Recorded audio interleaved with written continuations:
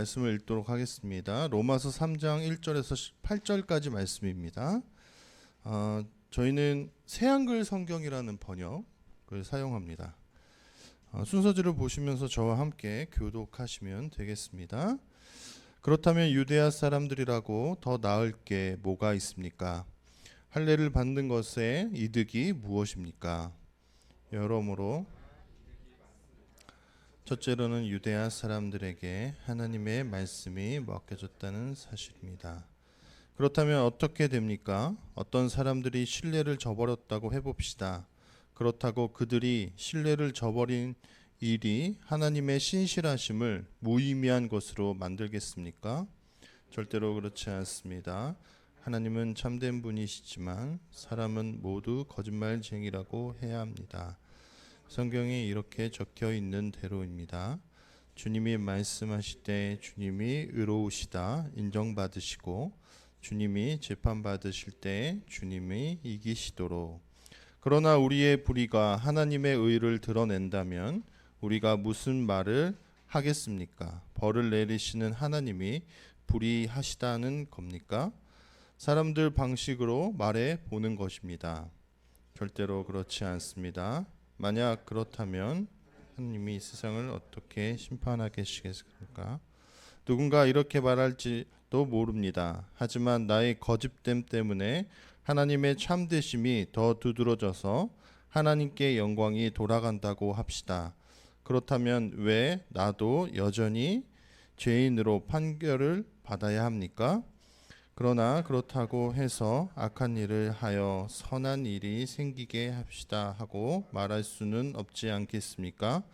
몇몇 사람들이 우리를 헛뜯으며 주장하기를 우리가 그렇게 말한다고들 하지만 사실은 그렇지 않습니다.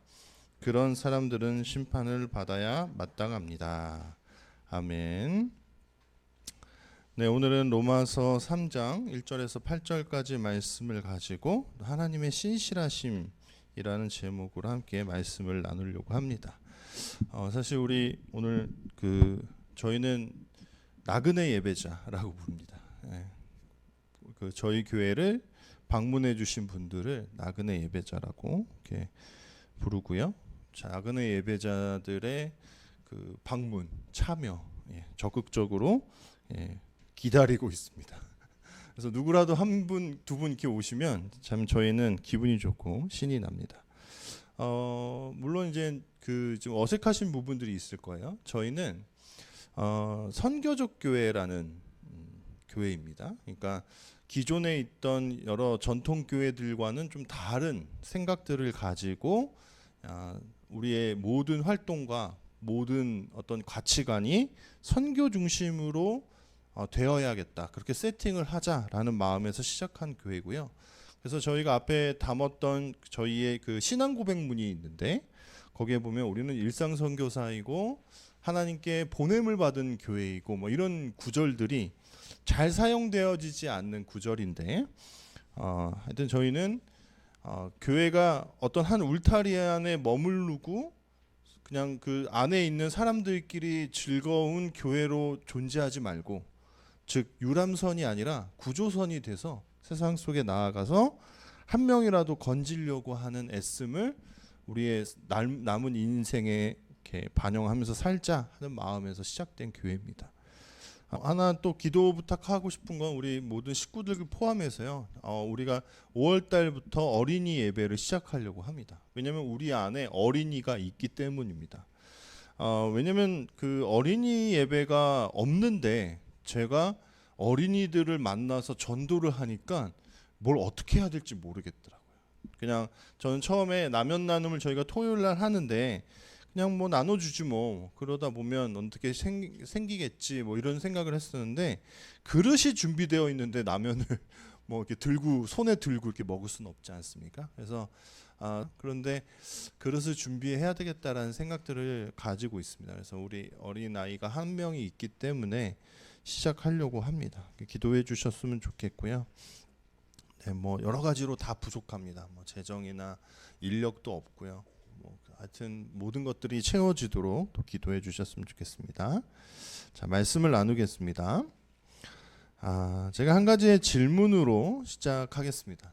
이 질문이 약간 좀 두렵기는 합니다. 뭐냐면 여러분, 모태신앙은 여기 다 모태신앙들이신 것 같은데 아닌가요? 네. 네, 저는 반 모태입니다. 반태. 여러분, 모태신앙은 축복일까요? 저주일까요? 그러니까 여러분 속에 대답을 한번 내려 보십시오. 제가 이제 설교의 도입부에 자꾸 자전적인 이야기를, 저의 스스로의 이야기를 하게 되긴 하는데, 저는 앞에서도 잠깐 이야기했듯이 반모태입니다. 유초등부 시절에 저는 교회를 통으로 다닐 수가 없었습니다. 거의 어쩌다가 한번 학원에서 캠프 간다고 아빠한테 거짓말하고 사실 교회 수련회를 가거나 했던 적이 있습니다. 그래서 아버지의 반대로 인해서 유초등부 생활을 거의 한 적이 없습니다. 그래서 저는 그 중학교 때부터 본격적으로 교회를 가기 시작했고, 제가 중고등부 사역이 훨씬 유초등부 사역보다 좋고 편했던 이유 중에 하나도 아마 그때 제가 하나님을 만났기 때문에, 그때 사춘기를 겪고 있는 저로서 그 가졌던 어떤 고민이나 아픔이나 이런 것들을 아마 좀 잘 이렇게 이해하고 다가갈 수 있어서인지는 모르겠어요. 근데 유초등부 때는 저는 교회를 다닌 적이 없어서 사실 유초등부 사역이 어려웠었습니다. 뭘 해줘야 되는지 모르겠고, 하여튼 뭐 그랬었습니다. 아버지의 반대가 있었기 때문이죠. 저는 사실 모태신앙인데, 저희 어머니가 그 시집을 오시면서 교회만은 보장해 달라고 했는데, 제가 그 유아세를 받은 후에 갑자기 할아버님 꿈에 하얀 소복을 입은 조상님이 나타나셨습니다. 그냥 지나가시는 길일 수도 있었는데 할아버지는 그걸 굉장히 심각한 일로 받아들이시고 우리 집에 그 예수쟁이가 들어와서 그렇다라고 단정을 지으셨습니다. 그래서 저희 그때부터 저희 어머니가 교회 가는 것을 굉장히 극심하게 탄압하셨습니다. 그래서 모태신앙이지만 교회를 제대로 갈 수 없었던, 그리고 아버지의 그 조부모님들과 아버지의 반대가 있었기 때문에 어머니조차 제가 교회가라고 이렇게 강권할 수가 없었다는 점에서 저는 반모태입니다. 그래서 제가 그 사역지에 들어서서 많은 모태신앙의 그 아이들, 청년들을 보니까 아주 교회를 오는데 죽을 상을 하고 오는 겁니다. 정말 교회 가기 싫어요. 그냥 안타깝습니다. 심지어는 제가 어떤 그 성경 공부하겠습니다, 제자 훈련하겠습니다 이렇게 열어놓으면 아이들은 진짜 하기 싫은데 그 열심인 부모님들의 어떤 신청으로 인해서도 가서 해. 그래요. 그럼 그런 아이들이랑 성경 공부하는 거는 진짜 안 하면 못 합니다. 그래서 나중에는 그냥 그 부모님들한테 비밀로 하고 애들한테만 이렇게 얘기하곤 했었는데, 그래서 그런 아이들의 모습을 보면서 모태신앙이 저 아이들에게는 저주 같겠구나 하는 생각을 한 겁니다. 정말 싫을 만큼 그 모태신앙이라는 그 꼬리표가 너무나 힘들겠구나 하는 생각을 언젠가는 한 적이 있었습니다. 여러분, 유대인들은 어땠을까요? 사실 유대인들은 나라 전체, 민족 전체가 모태신앙들 아닙니까? 그죠? 태어나는 순간 할례를 8일 만에 할례를 하고요. 그리고 태어나는 순간부터 율법의 규율대로 아이들이 길러집니다. 그리고 율법을 막 외우거나 쓰거나 그거에 대해서 말하거나 하는 것들이 그들 인생 교육의 거의 대부분인 그러한 인생으로 살아냅니다. 그러니까 저희가 알고 있는 그 모태신앙의 강도와는 전혀 다른 겁니다. 그럼 이들은 저주받았을까요? 축복받았을까요? 어떤 진짜 누군가에게는 그것이 너무나 죽을 만큼 싫을 그런 일일 수도 있었다라는 겁니다. 근데 오늘 분명히 바울이 본문에서 이야기합니다. 그 율법을 받았다는 거, 그리고 그죠? 그들이 할례를 받았다는 거. 그러니까 그들이 민족으로서 하나님의 민족으로서 선택받았다라는 얘기예요. 할례 받았다는 거의 이점이 뭐냐? 그것은 바로 그들이 하나님 것이 된 겁니다. 이건 은혜예요. 이점이라고 이야기합니다. 부정적인 부분이 뭐야 이렇게 얘기하지 않고 그것의 이점이 뭐야, 좋은 점이 뭐야, 그들은 말씀을 받았다, 뭐 이런 이야기를 하면서 그것은 저주가 아니라 축복이라고 이야기를 하고 있습니다.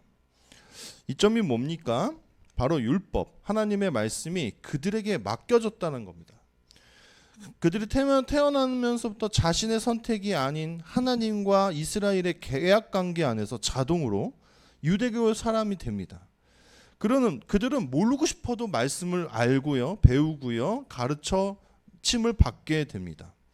이것이 지겹고 싫고 외우기 쉽지가 않아서 너무나 나 유태인으로 살고 싶지 않아 라고 이야기하는 사람들이 있다 할지라도 사실 그들은 이것이 축복이라는 것을 알아야 된다라는 이야기를 하는 거죠. 때로는요, 부모님들의 그 강압적인 그런 신앙생활의 강조가 앞에서 얘기했던 것처럼 좀 부정적으로 비춰질 때가 있어요. 그래서 우리가 농담하지 않습니까? 뭐 신앙을 제일 못하는 게 모태신앙이라고. 그러니까 막 엉망이에요. 모태신앙이라는 꼬리표는 붙어 있지만 교회 생활을 잘하지 않습니다. 근데 잘할 수 없는 게 너무나 당연한 거예요. 어떻게 보면. 왜냐하면 그들은 그들의 의지로 그걸 하고 있지 않기 때문입니다. 그런데 돌이켜 생각해 보면 그들은 하나님께 오기가 되게 가깝습니다. 왠지 아십니까? 그래도 기본기를 배웠잖아요. 뭔가 해놓은 것들이 있잖아요. 그죠? 저는 그런 분들이 좀 가끔 부러워요. 뭐냐면 출발점이 다른 분들. 좋은 부모, 그러니까 세상이 얘기하는 좋은 부모를 만나서 양질의 교육을 받고 좋은 정보들을 갖고 있어서 그런 것대로 이렇게 인도된 아이들은요, 뭔가 사고방식이 다르더라고요. 뭔가 해가는 것들이 너무나 다르더라고요. 자연스럽게 뭔가 외국어들을 막 잘하는 그런 모습들이 있더라고요. 저는 제가 영어를 잘 못하는 것은 우리 아버지 때문입니다. 왜냐? 제가 집에서 영어를 썼다가 뒤지게 혼났어요. 외국말 샬라샬라 한다고. 그러니 아버지 탓을 하는 거죠. 괜히 공부 안 해놓고. 그렇지 않은 분들이 분명히 있는데 자녀의 그런 미래와 교육을 위해서 열린 생각, 앞서가는 생각을 하지 못했던 거죠. 근데 그런 분들이 부러운 거예요. 어려서부터 유학기를 보내보고 여러 세상의 문물들을 막 이렇게 보고 들을 수 있도록 교육받은 아이들 너무나 부럽더라고요. 그런데 세상 사람들은요, 사실 영적인 차원에서 모태신앙들이 부러워야 됩니다. 왜냐하면 그들은 태어나면서부터 기도하는 법을 배웁니다. 그들은 태어나면서부터 예배라는 것들을 배우고요. 태어나면서부터 어떤 하나님의 이름을 계속해서 반복해서 듣습니다. 여러분, 제가 참 재밌는 건 뭐냐면 찬양 인도하는 아버지를 본 아이들은요, 집에 가서 기타를 치면서 찬양 인도를 합니다. 그런 거 못 보셨죠? 저는 제가 찬양 인도를 할 때 저희 아이들이 저와 떨어져 있는 그런, 제 아이가 떨어져 있는 환경이어서 그걸 보지 못했지만 손 들고 찬양하는 3살짜리 아이 보신 적 있으십니까? 방언하는 아이도 있었습니다. 그게 뭔 말인지도 모르는데 샬라샬라 합니다. 그게 뭐냐? 바로 그 조기 교육의 힘인 것 같아요. 그러니까 떡잎부터 그냥 아예 그 아이가 태어나면서부터 계속 주입받고 보았던 그 기독교의 문화는 그들에게 너무나도 이점이라는 겁니다. 사실 하나님을 모르는 사람들은 저 멀리에 있을 수도 있어요. 그래서 그 아이들이, 그 사람이 그 세계관을 다 뚫고, 그가 여지껏 살아왔던 자신의 가치관과 세계관을 다 뚫고 크리스천이 되는 것보다 사실 모태신앙으로서 길러진 아이들이 하나님 앞에 돌아오는 일이 훨씬 쉽고 수월하다라는 겁니다. 그러니까 그건 이점이라는 거예요.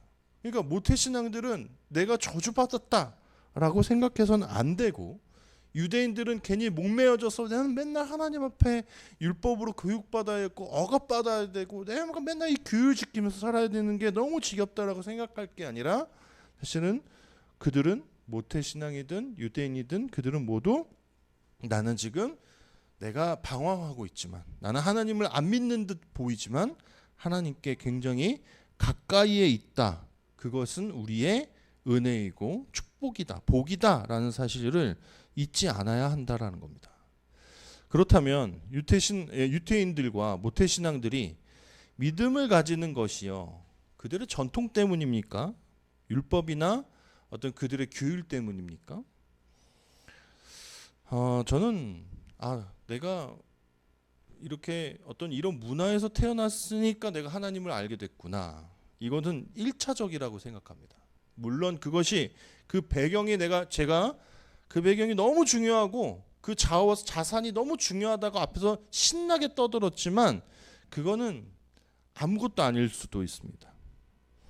결국 하나님께서 그 자녀들을 또 찾아가서 자신의 백성으로 삼지 않으시면 그들은 계속 방황하는 방랑자가 영원한 탕자와 같은 존재들로 살아갈 수도 있다라는 겁니다. 이스라엘 백성이 지켜온 전통, 율법, 그것이 그들을 이스라엘로 만드는 게 아닙니다. 그것이 로마서가 주장하고 있는 겁니다. 참된 이스라엘, 진짜 이스라엘은 육신적 이스라엘이 아니라고 얘기하지 않습니까? 진짜 마음속으로 이스라엘 사람이 되지 않으면 그 사람은 이스라엘 사람이 아닌 겁니다. 그래서 저는 한때 모태신앙이 오히려 불필요하다라는 생각을 했던 적은 뭐냐면 오히려 그런 규율 때문에 애들이 반감이 더 많이 생겨서 이 친구들이 더 하나님 믿기가 더 어려운 듯 보인 거예요. 어떤 때에는. 그래서 제가 하나님을 아예 모르고 그래서 고난도 세게 받고 이래야지 하나님 앞에 오히려 돌아오는 거 아닐까 하는 생각도 했다라는 겁니다. 근데 뭐 어떤 상황 가운데 있든 이들을 진짜 하나님의 백성으로 만드는 것은 사람이 만들어 놓은 전통이나 어떤 율법이나 규율이나 이런 것들이 아니라 하나님 자체라는 겁니다. 출애굽을 한 1세대와 2세대가 1세대와 2세대에 대한 이야기가 민수기와 신명기에 담겨져 있습니다. 그러니까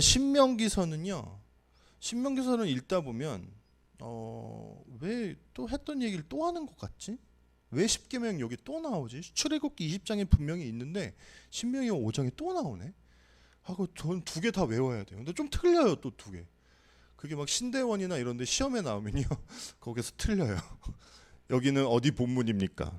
출애굽기 20장 찍었다가 신명기 5장으로 뭐 틀리고 뭐 이런, 왜 여기도 쓰고 저기도 쓰고 했을까? 그러니까 신명기서는 출애굽을 한 2세대들에게 다시 율법을 갱신해서 세우는 장면들이기 때문에 그것은 엄연히 다른 본문입니다.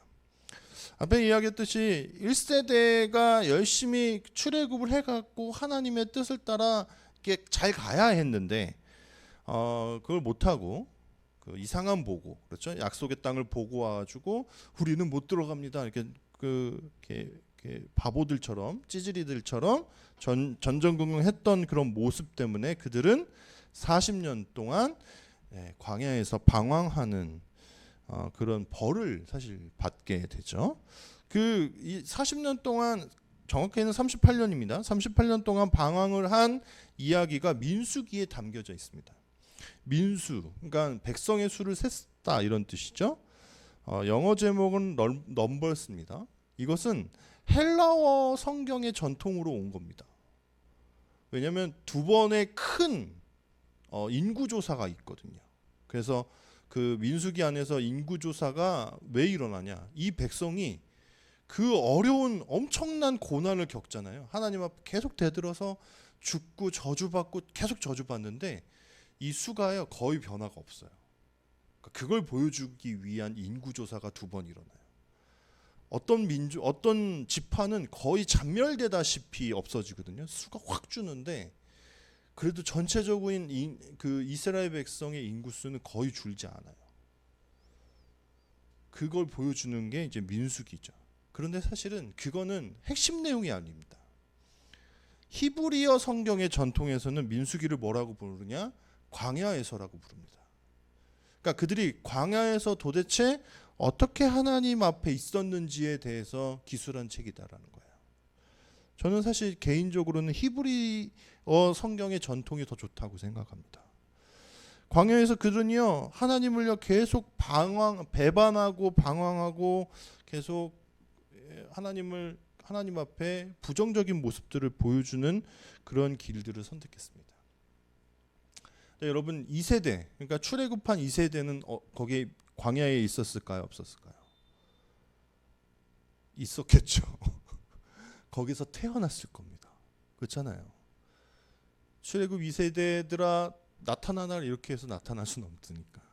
그러니까 이들은 광야에서 부모들 앞에 자라지고 부모님과 함께 그 광야 생활을 하면서 계속 본 겁니다. 뭘요?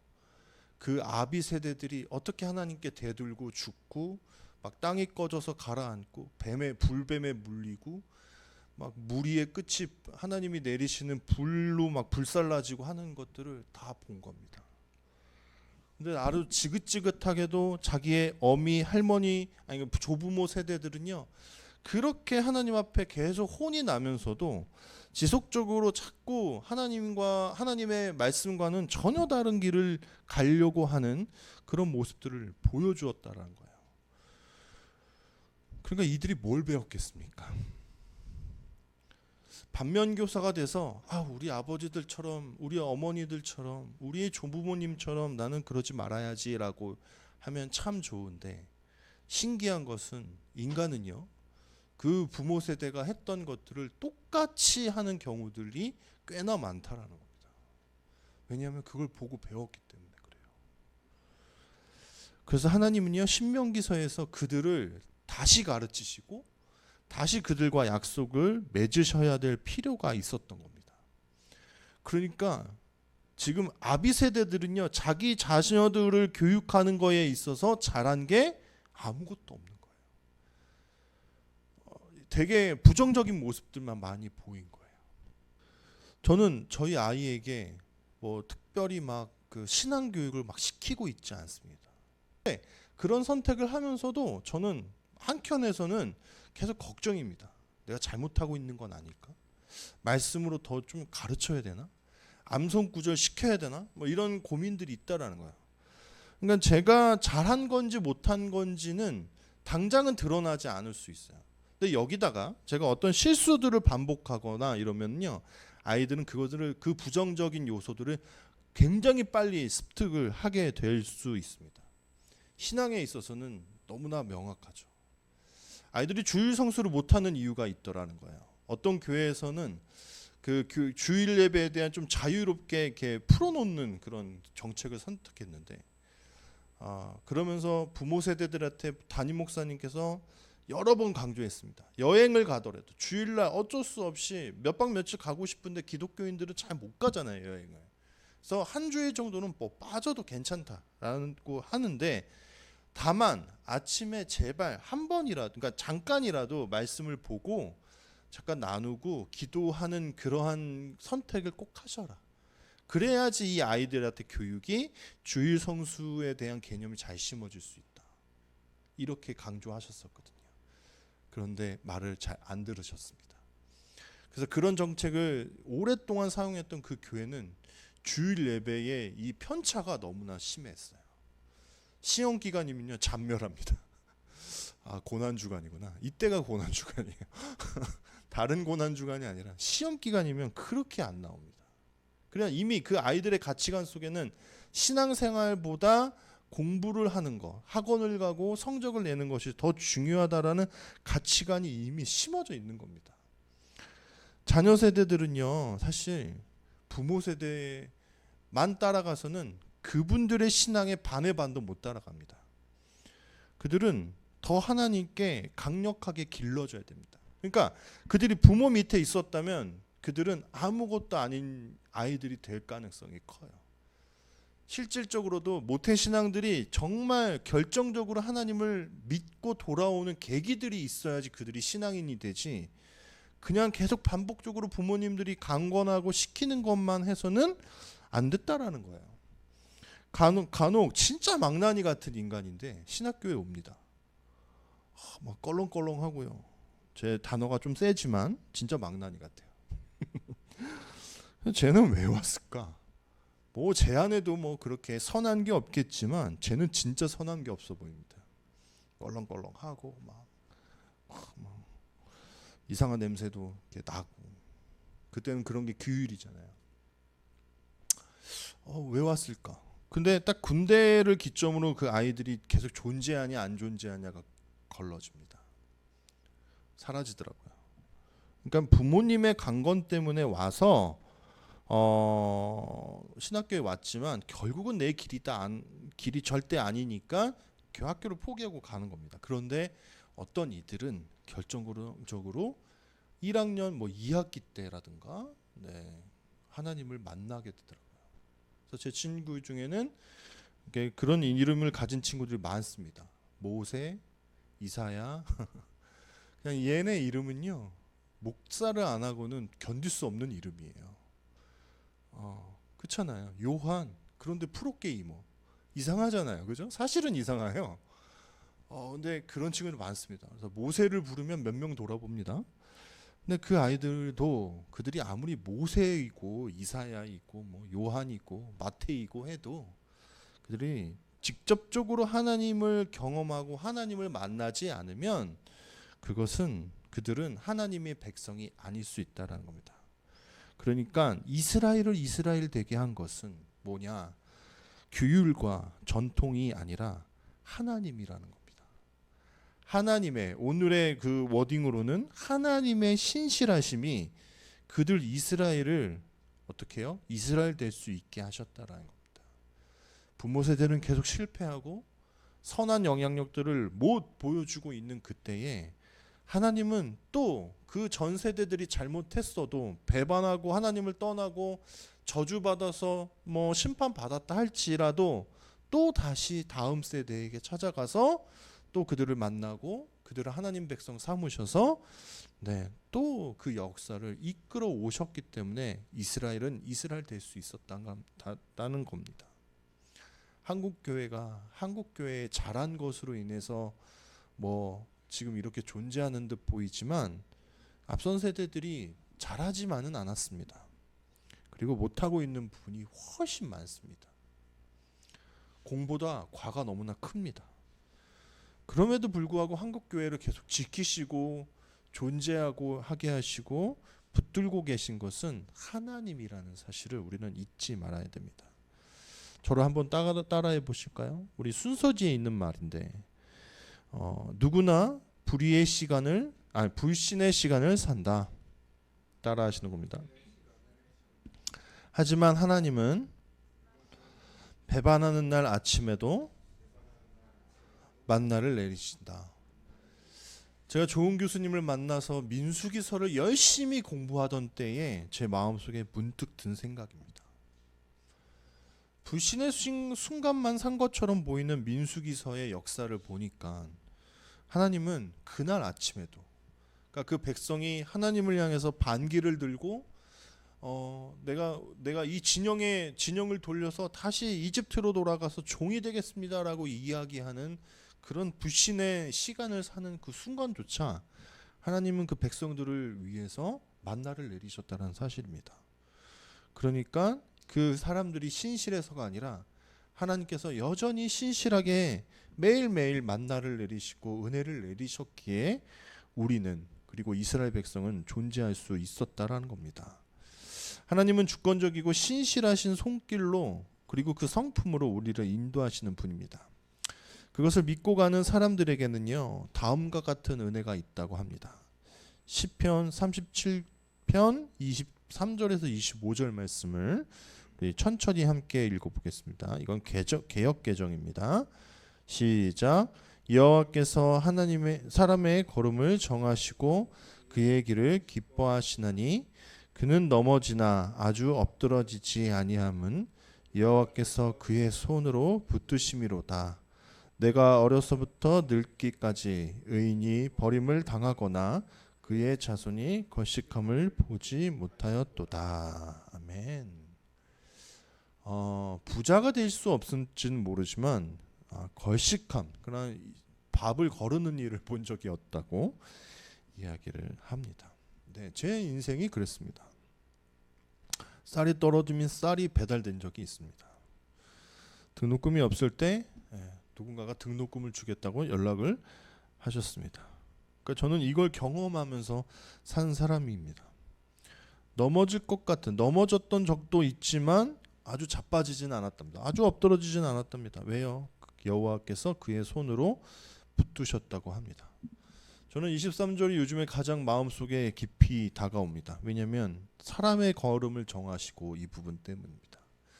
누가 왜 이렇게 힘든 길을 가냐고 이야기합니다. 아직 부교육자로서 살아갈 수 있는 시간이 조금 더 남았거든요. 그거 하고 해도 될지 않을까? 왜 이렇게 힘든 길을 가냐? 그래서 제가 처음에는 난 왜 이렇게 힘든 길을 가지?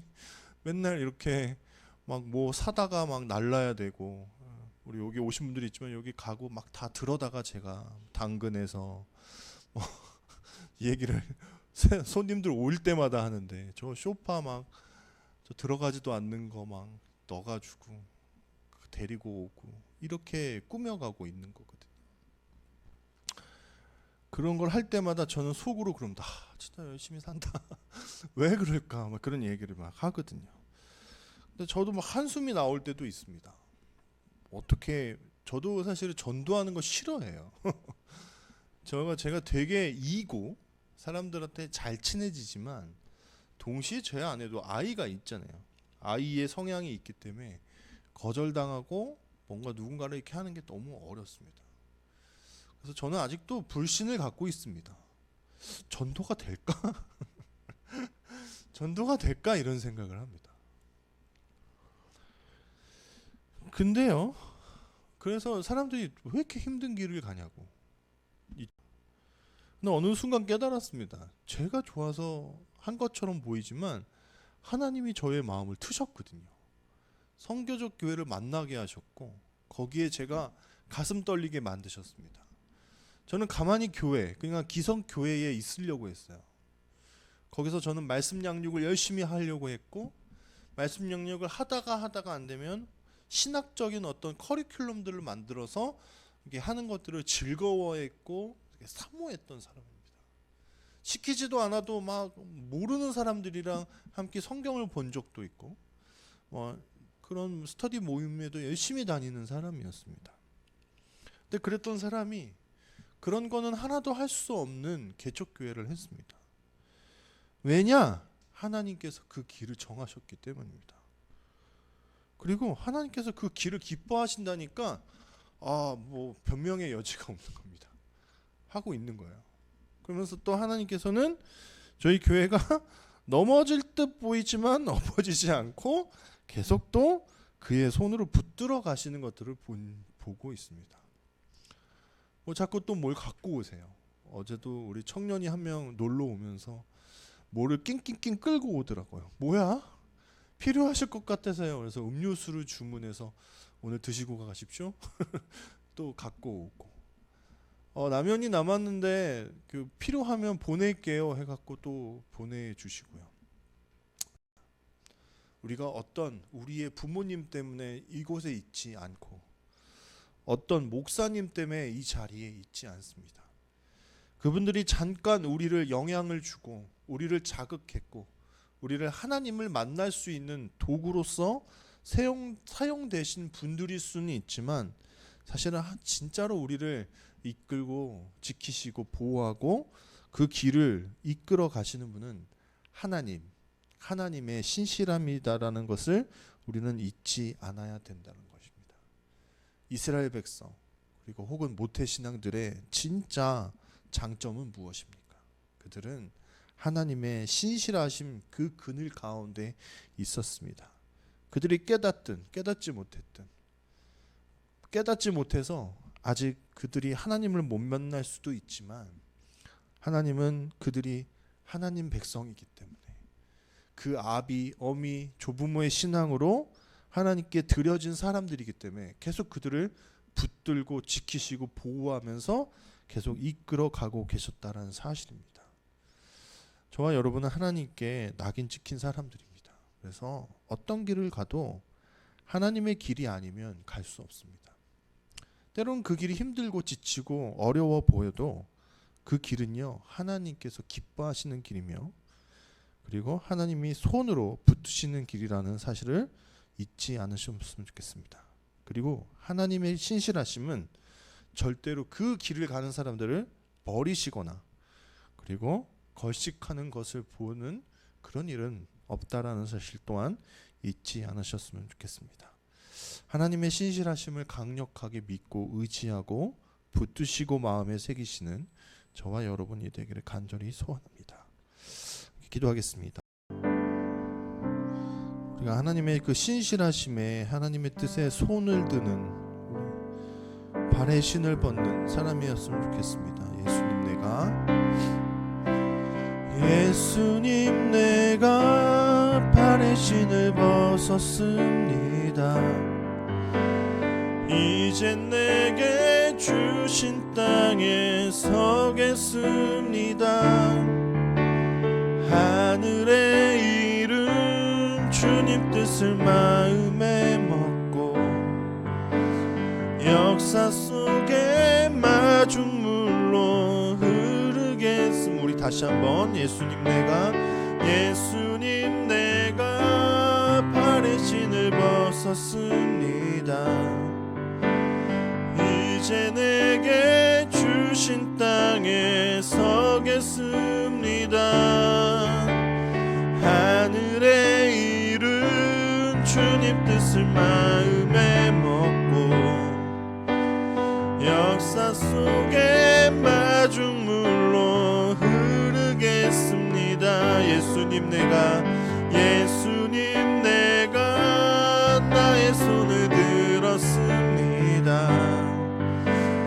이제 내게 주신 길을 걷겠습니다. 살과 피로써 베푼 뜻을 마음에 먹고 세상 속에 밥이 되어 먹이겠습니다. 다시 한번 예수님 내가 나의 손을 들었습니다. 이제 내게 주신 길을 걷겠습니다.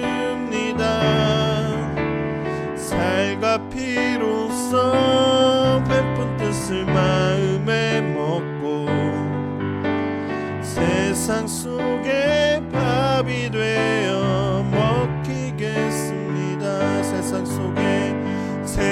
속에 밥이 되어 먹히겠습니다. 기도했으면 좋겠습니다. 먼저는 우리가 어떤 신앙인이든 하나님의 신실하심을 좀 깊이 깨닫는 삶을 살아갔으면 좋겠습니다. 오늘 아침에 도서관에서 설교 원고를 마지막 정리하면서 그 생각이 들었습니다. 누구도 불신의 시간을 살아갈 수는 있습니다. 아무리 믿음이 좋고 아무리 놀라운 체험을 했고 아무리 극적인 삶을 살았다 할지라도 결국 불신의 시간을 또 찾아옵니다. 하나님이 믿어지지가 않고 하나님이 없는 것처럼 보이고, 그리고 우리가 나중에 우리 이 땅에서의 인생을 마쳤는데 진짜 천국이고 지옥이고 아무것도 없으면 진짜 우리는 어떡하지? 나는 속았다. 성경에 속았고 하나님 말씀에 속았다. 그런 생각이 안 들지는 않지 않습니까? 간혹 저는 듭니다. 가짜면 어떡하지? 근데 또 어느 순간에는 하나님께서는 또 감동하시고 찾아오셔서 그 길을 걸어가시게 합니다. 때로는 또 우리는 하나님의 그 신실함이 필요한 한 사람일 수 있습니다. 불신의 시간을 살아가고 있을 때 또 여전히 그날 아침에 만나를 내리신 하나님처럼 우리는 그 하나님의 신실함이 너무나도 필요한 한 사람일 수 있습니다. 먼저는 이렇게 기도했으면 좋겠습니다. 여러분이 어떠한 상태인지 저는 다 모르지만 아마 오늘 이 시간에 그 하나님의 신실하심이 또 필요하실 수 있습니다. 그래서 오늘 말씀 나눴던 것처럼 하나님 그 신실함을 우리에게 보여주십시오. 또 감동해 주십시오.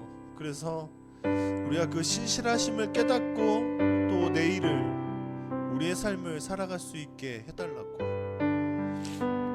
또 하나를 기억하며 기도했으면 좋겠는데, 그것으로 끝나서는 안 됩니다. 함께 걷는 교회, 선교적 교회, 일상 선교사가 된 우리들은요, 그거를 하는 교회는 아닙니다. 그냥 계속 우리 스스로가 그 신실함을 깨닫고 또 좋고 만족하고 그냥 또 기쁘고 거기서 끝나는 교회가 아닙니다. 세상의 마중물이 되고 또 누군가에게 밥이 되어야 되는 존재들입니다. 그 신실하심을 누군가에게 소개해야죠. 알려줘야죠. 하나님이 계시다고요. 그거 하지 않는 교회가 너무 많고 그것을 하지 않는 신자들이 너무 많습니다. 그냥 계속해서 자기만 하나님의 신실하심을 알고 좋아하고 기뻐하고 살아가는 것으로 끝나면 안 된다는 겁니다. 그 신실하심을 갖고 세상 속에 나아가야 됩니다. 누군가에게 전해줘야 됩니다. 이 두 가지를 하는 교회, 그러한 신자 될 수 있게 인도해달라고. 먼저는 신실하심을 깨닫는 신자, 두 번째는 그 신실하심을 누군가에게 소개하고 알려주는 그러한 신자 될 수 있게 인도해달라고 이 시간 함께 기도하겠습니다. 그렇습니다. 우리에게 이 자리에서 하나님의 말씀을 나눌 수 있는 시간들을 허락하여 주셔서 감사합니다. 하나님의 신실하심